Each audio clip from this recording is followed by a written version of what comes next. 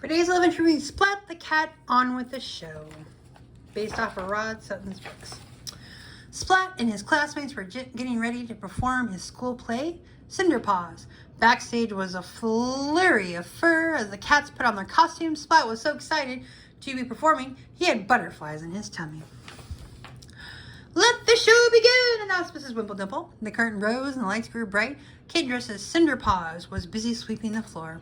Poor Cinderpaws, her stepmother and stepsisters were very mean to her.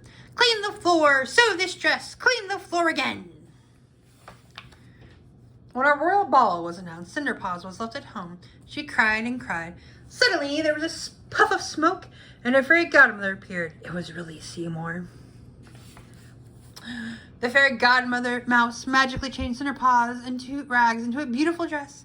Next, the mice were changed into horses. They pulled a grand carriage to the ball. Backstage, Spike was changing too. There was a big problem. Spike was about to make his grand entrance as Paw Prince Charming, but he had stage fright. "I can't go on. I'm not feeling well. I've got a bad case of the spots," wailed Spike. He pointed at some purple spots on his face.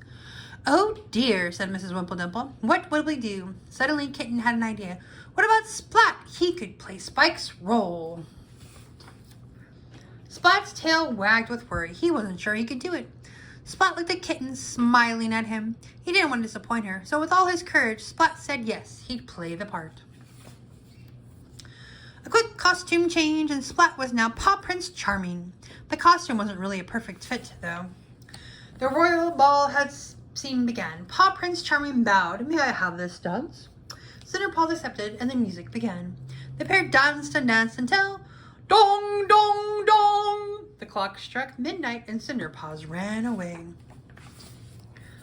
Splat tried to chase after her, but tripped over his oversized costume. He smashed into the clock. He grabbed the curtain and ripped it down. Then everything went tumbling. Splat! The crowd gasped. "Oh, what a complete mess!" Splat was really worried. "Mrs. Wimpledimple is going to be so mad at me." But the audience erupted in laughter and cheering. "Ha ha! Bravo! Bravo! Encore!" The show was a comedy hit.